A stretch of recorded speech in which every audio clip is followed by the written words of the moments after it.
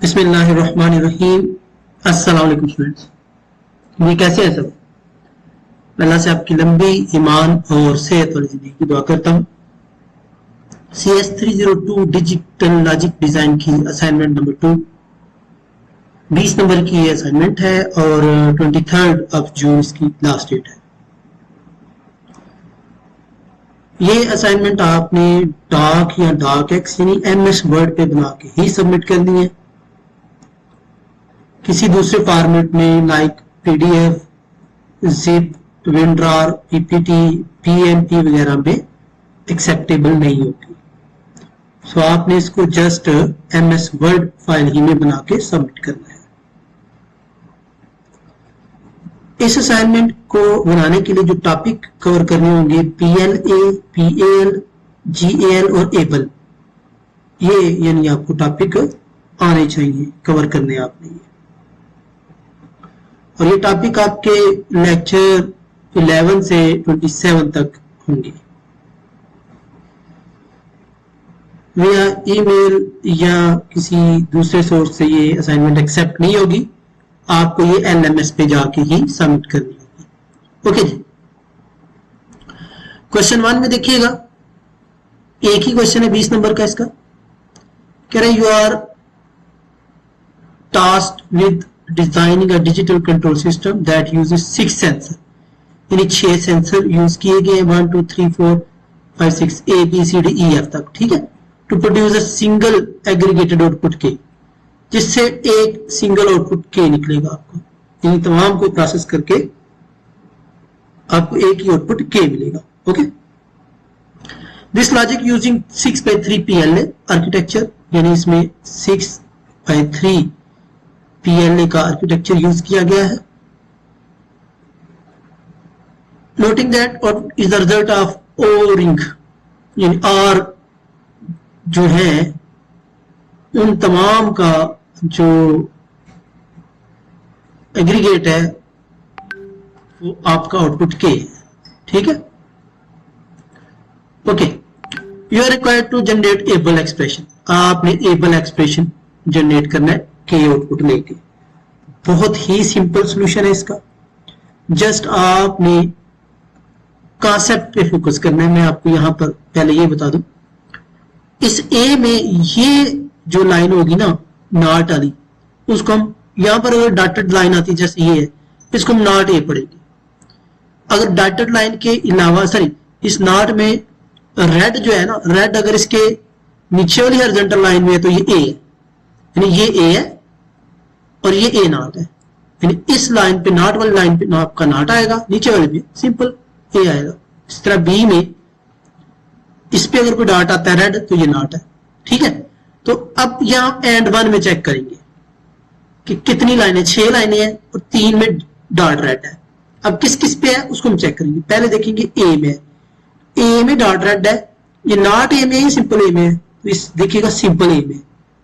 फिर उसके बाद B में आ जाइए, भी सिंपल B है। फिर उसके बाद C में कोई नहीं है, D में भी, E में कोई नहीं, F में देखिए फिर ये सिंपल F आ गया, ठीक है। सो पहला जो आपका आएगा फिर A.B.F आ जाएगा। यहां पर मैंने ये दिए हुए हैं, इसको मैंने P1 कह दिया पहले आउटपुट को, ठीक है। आप एंड 1 भी कह सकते हैं, लेकिन मैंने इसको सिंप्लीफाई कर दिया है P1 से। A.B.F ये पहला आपका रिजल्ट आ गया। तीनों नॉन इन्वर्टेड है, इन्वर्टेड वाले नहीं है, ठीक है। अब दूसरे ऐड की तरफ आ जाए। इसमें देखिए B इन्वर्टेड वाला है और कौन सा है, ये D नॉट इन्वर्टेड है, E भी नॉट इन्वर्टेड है, ठीक है। तो BDE, तो दूसरा आपका B वाला जो इन्वर्टेड है, बाकी दोनों नॉन इन्वर्टेड है, तो BDE आपका P2 यानी सेकंड जो आउटपुट है वो आ जाएगा। अब तीसरे की तरफ आ जाते हैं। तीसरे में देखिए A नॉट आ रहा है, ये क्या है, C सिंपल है और F नॉट आ रहा है, यानी ACF। A भी नॉट में है, C सिंपल है और F जो है वो इन्वर्टेड आ रहा है, ठीक है।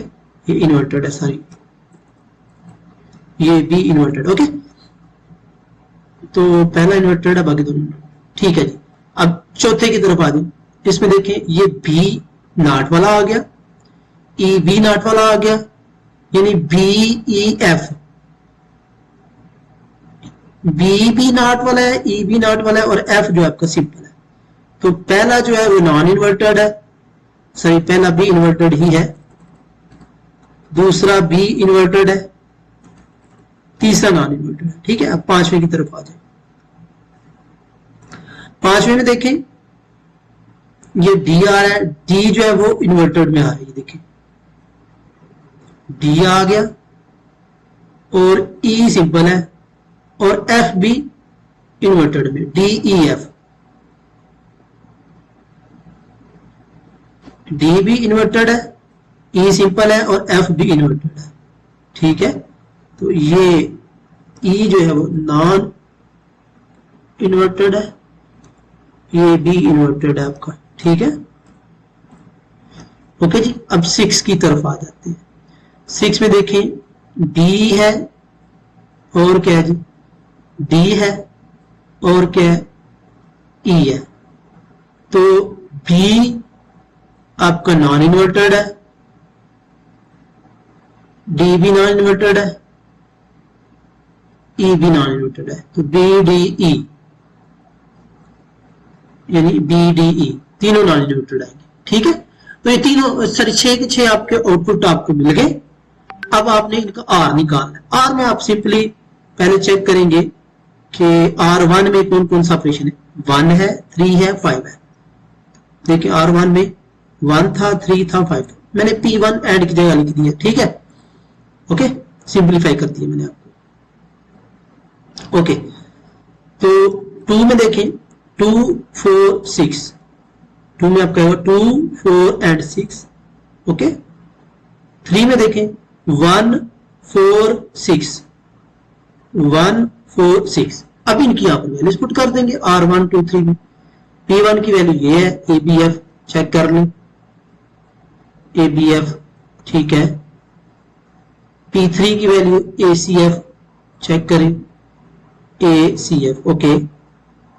P5 की वैल्यू ये DEF ओके। यहां पर अब इसी तरह P2 की वैल्यू देखिए क्या है, BDE, ये P2 की वैल्यू BDE। P4 की वैल्यू चेक करें क्या है, BEF, BEF ओके। P6 की BDE ऑलरेडी कर चुके हैं, P6 की आ गया, ये P4 की आ गया, और ये P1 की आ गया।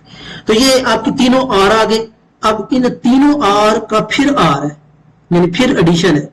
ठीक है, तो अब तीनों R को हम यानी आउटपुट फाइनल करने के लिए, जो कि R4 है, इसका आउटपुट K हमने रखा हुआ है। ठीक है, यही इसका आउटपुट आएगा ना।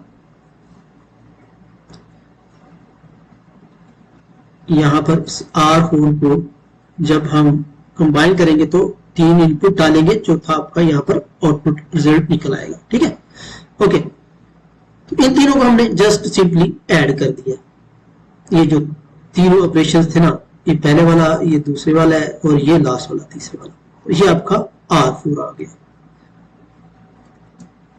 अब इसको एबल ऑपरेशन में लिखना है। एबल ऑपरेशन में लिखना बहुत सिंपल है, वेरी इजी। डॉट की जगह आपने सिंपल उसका मीनिंग लिख देना है, ऐड, और प्लस की जगह उसका मीनिंग हैश डालेंगे। जिधर नॉट है उधर नॉट का सिंबल आएगा। ठीक है, इसी तरह सबको रिप्लेस कर देंगे। मैं जरा इसको क्लोज कर देता हूं ताकि ये जो है ना नीचे वाला ऊपर आ जाएगी।